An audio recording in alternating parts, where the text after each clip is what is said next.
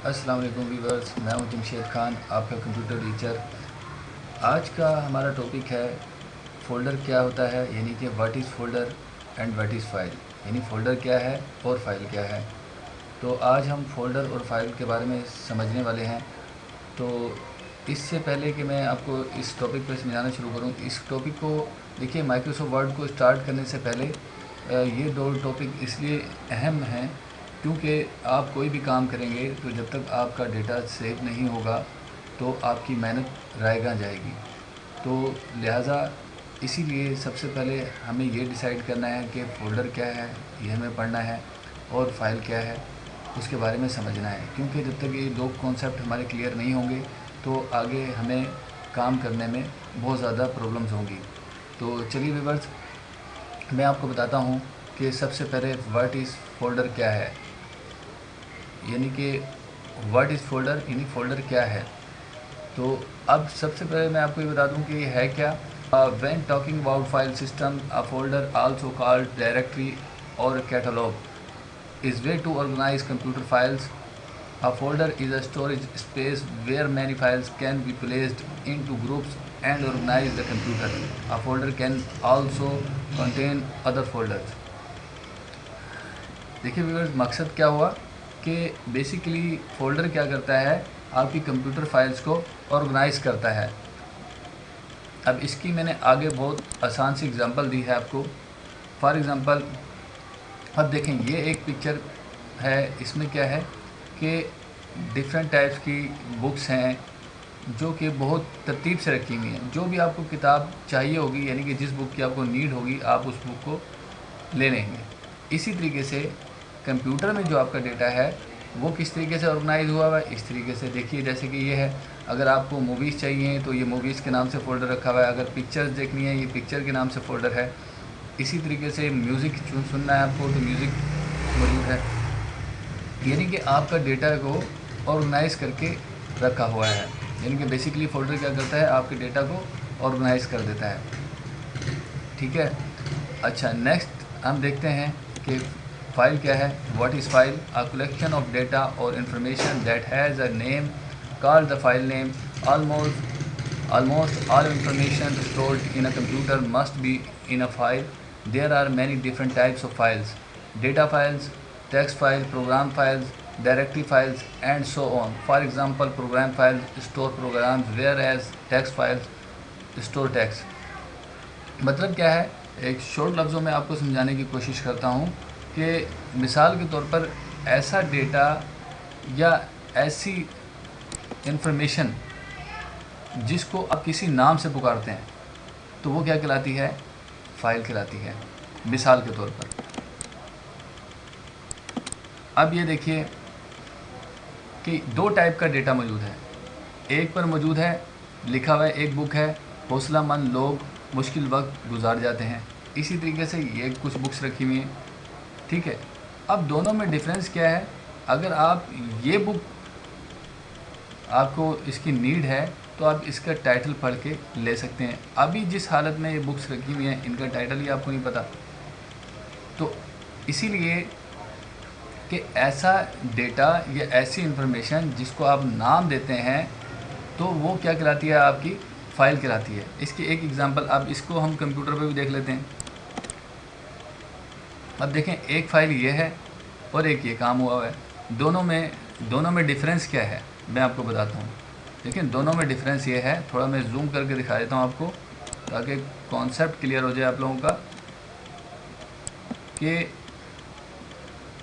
थोड़ा सा मैं इसको ऊपर ले आता हूँ ताकि सॉरी, बहुत ज़्यादा हो गया।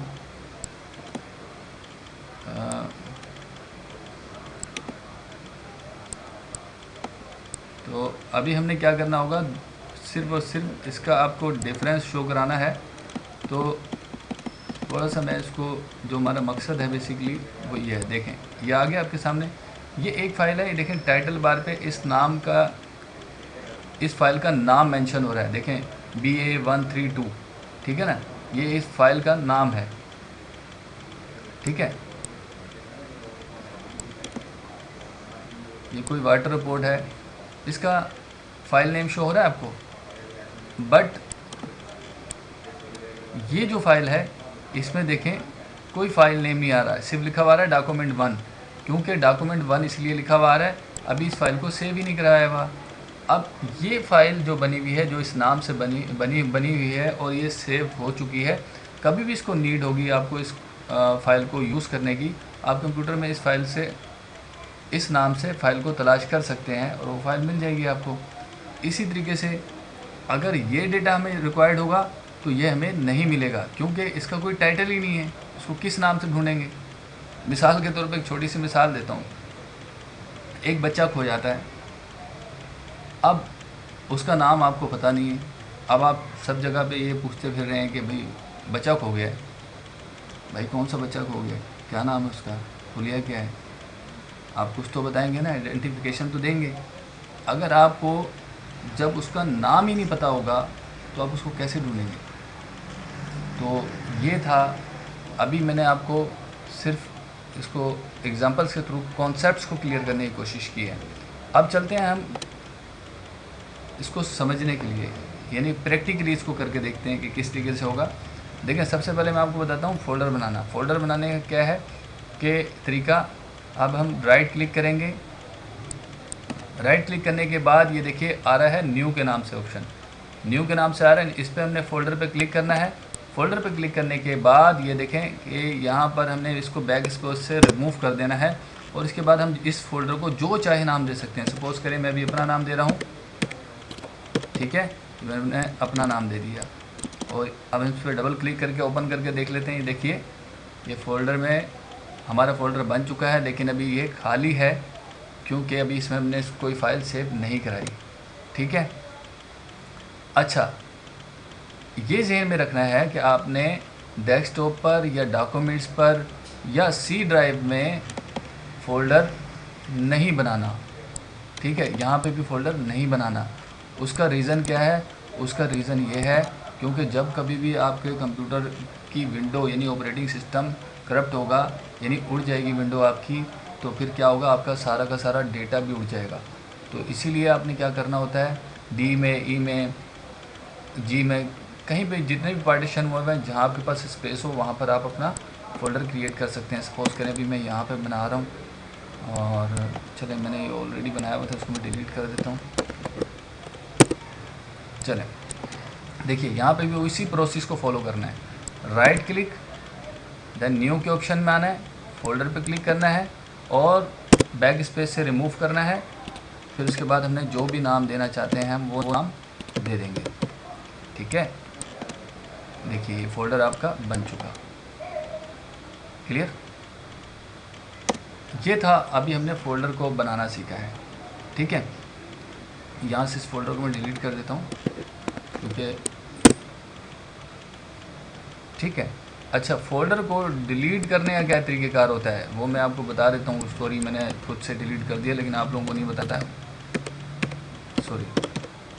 देखें, डिलीट करने का क्या तरीक़ेकार होता है, इसके दो तरीके होते हैं। एक तो ये कि राइट क्लिक किया आपने उसी फोल्डर पे रख कर, देखें ऑप्शन शो हो रहा होगा डिलीट, डिलीट पर आपने क्लिक करना है। उसके बाद पूछ रहा है are you sure you want to move this folder to the recycle bin, यानी कि आप क्या ये चाहते हैं कि ये वाला फ़ोल्डर यहाँ से रिमूव होकर रिसाइकल बिन में चले जाने का, यस। तो क्या हुआ, ये फ़ोल्डर यहाँ से रिमूव होकर रिसाइकल बिन में आ गए। देखिए यहाँ पर, नहीं घर का जिस तरह डस्टबिन होता है ना, ऐसे ही अगर हम जो भी फाइलें डिलीट करते हैं डस्टबिन में यही आ जाती हैं। देखें यहाँ पर ये आ गया फ़ोल्डर। अब इसको हम यहाँ से रीस्टोर भी कर सकते हैं, यानी कि आप इसको राइट क्लिक करेंगे, रीस्टोर करेंगे, ये वापिस आ गया, ये देखें, ठीक है। तो अब इसको अगर हमें डायरेक्टली यानी कि कंप्यूटर से बाहर डिलीट करना होगा, कि जैसे अभी हमने रीस्टोर किया था तो हम वापस लेके आ गए थे। वर्ड में अभी इसलिए खोल रहा हूँ ताकि मैं इसको आपको शॉर्ट की लिख दूँ, इसको शिफ्ट, ठीक है, shift plus SHIFT, shift plus delete, DELET, delete, ठीक है। अब ये देखिए कि ये इसकी शॉर्ट की है किसकी, ठीक है ना, फोल्डर को डिलीट करने के लिए, ठीक है,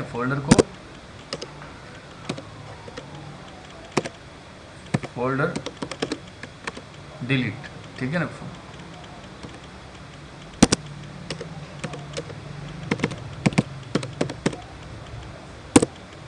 ठीक है ना, ये इसकी फोल्डर डिलीट की शॉर्ट की है शिफ्ट प्लस डिलीट,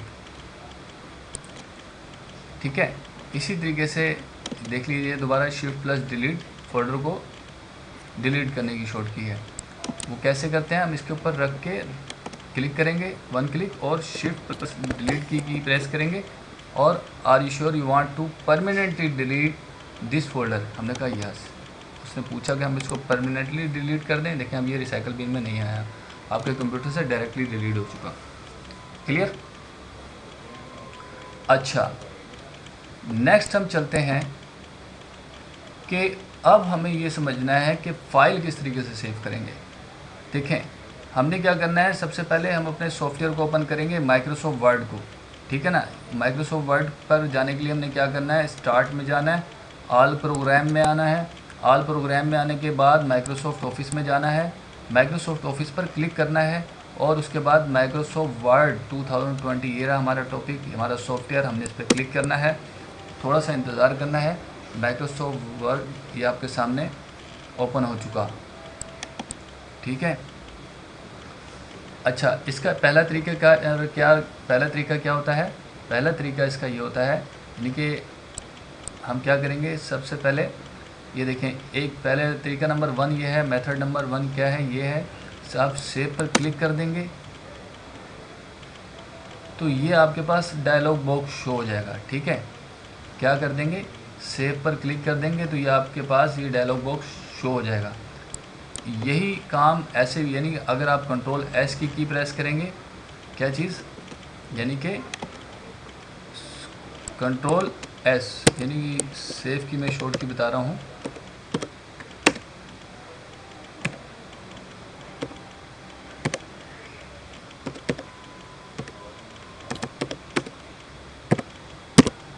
ठीक है ना। क्या है, कंट्रोल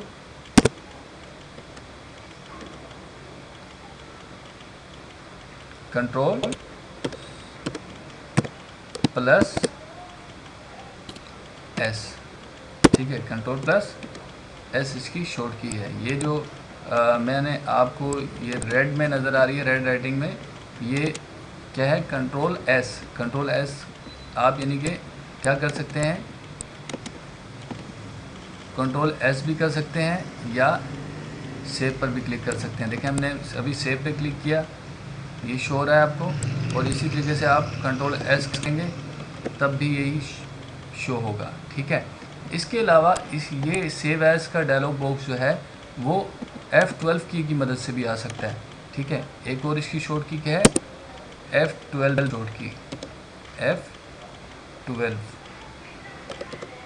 ठीक है ना, यानी F12 जो फंक्शन की कहलाती हैं, उसमें आप F12 की प्रेस करेंगे तो भी ये डायलॉग बॉक्स आ जाएगा। देखिए मैं आपको प्रेस करके भी दिखा देता हूँ, F12,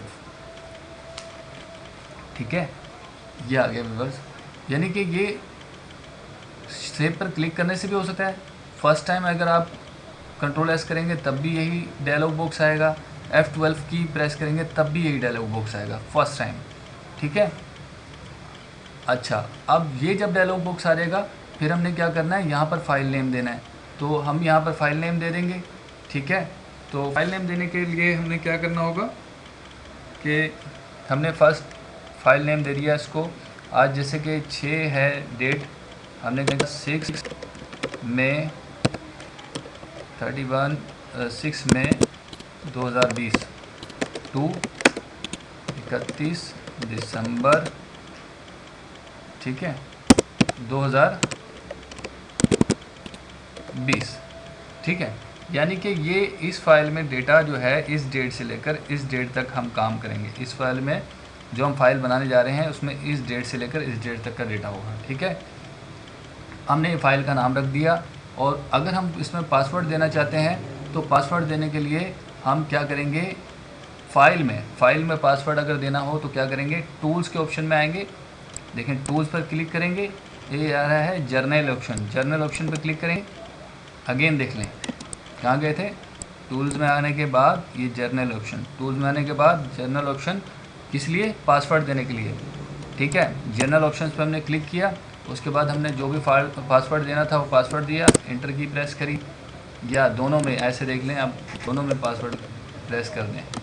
ठीक है, दोनों में हमने पासवर्ड दिया और ओके करा दिया। जितनी मरतबा भी ये बॉक्स आएगा आपने उतनी मरतबा पासवर्ड सेम देना है। ठीक है, हमेशा याद रखिएगा सेम पासवर्ड देना है। अब वो सबसे इम्पोर्टेंट स्टेप क्या है, वो ये है कि अब जहाँ तक आप अपना काम करने के बाद जो स्टूडेंट्स होते हैं वो अमूमन सेव पे क्लिक कर देते हैं, फिर कहते हैं सर फाइल तो सेव हुई नहीं। तो वो इसलिए नहीं हुई होती क्योंकि हमने इसको लोकेशन नहीं बताई होती कि भाई ये नाम हमने रखा है फाइल का और जो हमने पासवर्ड भी दे दिए, और अब इसको आप कहाँ पे रखना है आपने, हमने कहा जी डी में जाएं। डी में जाने के बाद ये जमशेद के नाम से हमने फ़ोल्डर बनाया हुआ है, इस पर हमने डबल क्लिक करना है। ठीक है, उसके बाद हमने सेव पर क्लिक कर देना है। ठीक है व्यूअर्स, तो ये था। और उसके बाद हम क्लोज़ करके देख लेते हैं कि हमने क्या करना है, कि हम क्लोज़ करके देखते हैं कि डी में जाएंगे, ये देखें ये रहा जमशेद के नाम से फ़ोल्डर, और हमने ये फ़ाइल पर डबल क्लिक करना है। डबल क्लिक करने के बाद देखिए फ़ाइल ओपन हो चुकी होगी पीछे, ये देखिए पासवर्ड मांग रहा है। हमने 1 2 3 जो भी पासवर्ड दिया था और हमने सेम, सॉरी क्लिक कर लें पहले, और इंटर की प्रेस करनी है, फिर वही सेम पासवर्ड इंटर की प्रेस करनी है। अब देखें ये फ़ोल्डर आपका, सॉरी ये फ़ाइल आपकी ओपन हो चुकी है। टाइटल बार पर आपकी फ़ाइल का नाम भी शो हो रहा है। अब सवाल ये पैदा होता है कि ये नाम हमने क्यों रखा। हम कोई और भी नाम रख सकते थे, बेशक आप रख सकते हैं, कोई भी नाम रख सकते हैं। इस नाम से ये फ़ायदा है कि भाई आपको एक तो ये पता चल जाएगा कि देखें आपके अपने फ़ोल्डर में ना स्टेप बाय स्टेप पूरा डेटा रखा हुआ होगा। जैसे कि मिसाल के तौर पे आपको मैं ये दिखा देता हूँ क्या होगा। ठीक है, जैसे ये जमशेद है, ये देखें अभी 2020 की फ़ाइल यहाँ तक है। अब जब कभी जनवरी 2021 स्टार्ट होगा, हम एक और फाइल बना लेंगे, वो जनवरी 2021 से लेकर 31 दिसंबर 2021 तक का दूसरा डेटा, दूसरी फ़ाइल होगी।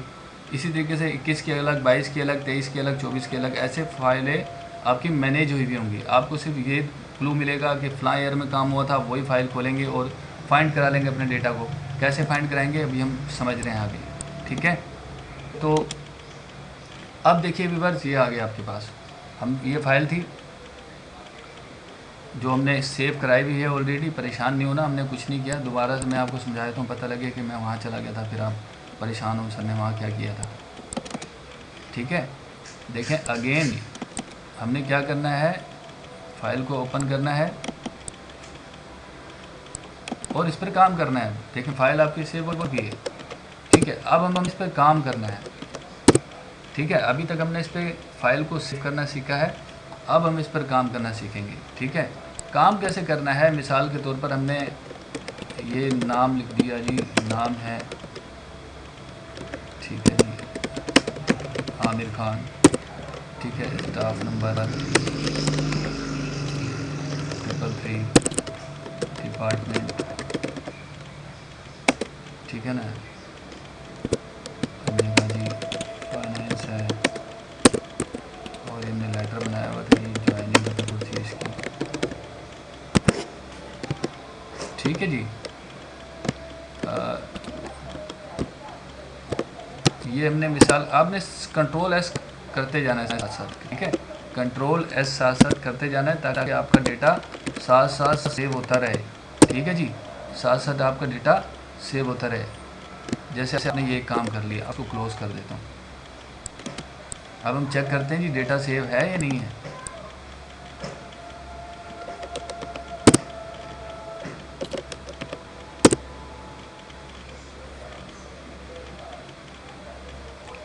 ठीक है जी, बिल्कुल है, ये डेटा आपका सेव हो गया है।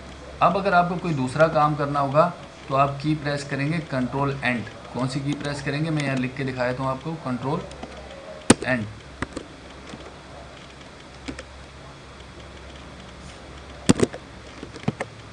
कंट्रोल प्लस एंड, ठीक है ना। कंट्रोल प्लस एंड की प्रेस करेंगे, कंट्रोल प्लस एंड, ठीक है। किस लिए करेंगे, ये जो आपको कर्सर को एंड में लेके जाने के लिए, कर्सर को एंड में ले जाने के लिए। देखें सबसे आखिर में आ गया। अब नेक्स्ट पेज लाने के लिए इंटर की प्रेस करेंगे, ठीक है। इंटर की प्रेस कर लिया। अब देखिए हमें नेक्स्ट पेज में मिल गया। यहाँ पे हम दूसरा कोई काम कर लेंगे। चलें, हम वक्त को बचाने के लिए हम उसी को कॉपी करके ले आते हैं, ताकि हमारा जो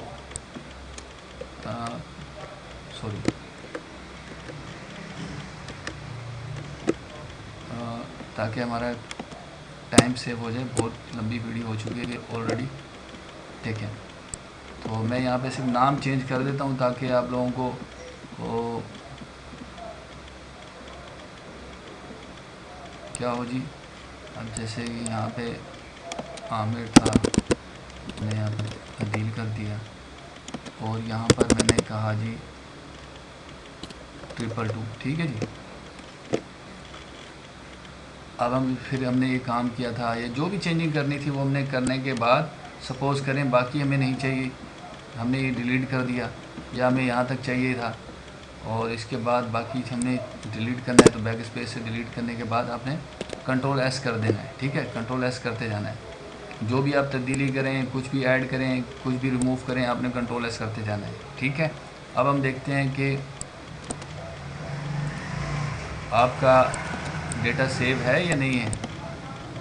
असल जो मकसद था, अब क्या होगा, अब देखें आपका यहाँ पे आप अपनी फ़ाइल का पासवर्ड देंगे, ठीक है।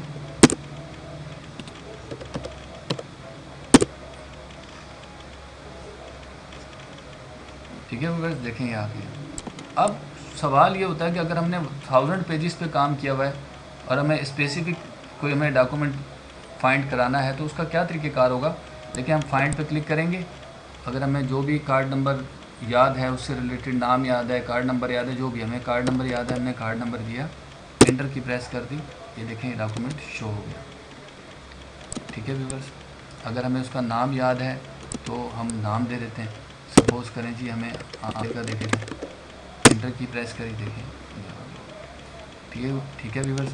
आज के इस टॉपिक में हमने आपको सिर्फ फ़ोल्डर बनाना बताया है और फाइल को सेव कराना सिखाया है।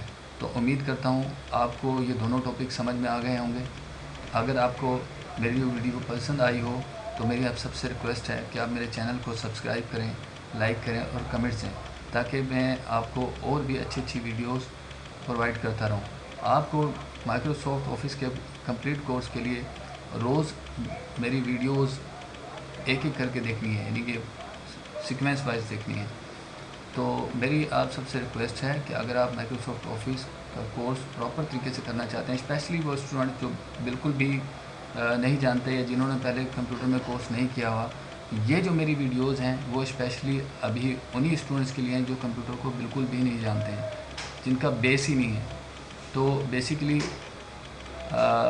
मैं चाहता हूँ कि वो तमाम बहुत अच्छे से कंप्यूटर को समझ सकें, सीख सकें।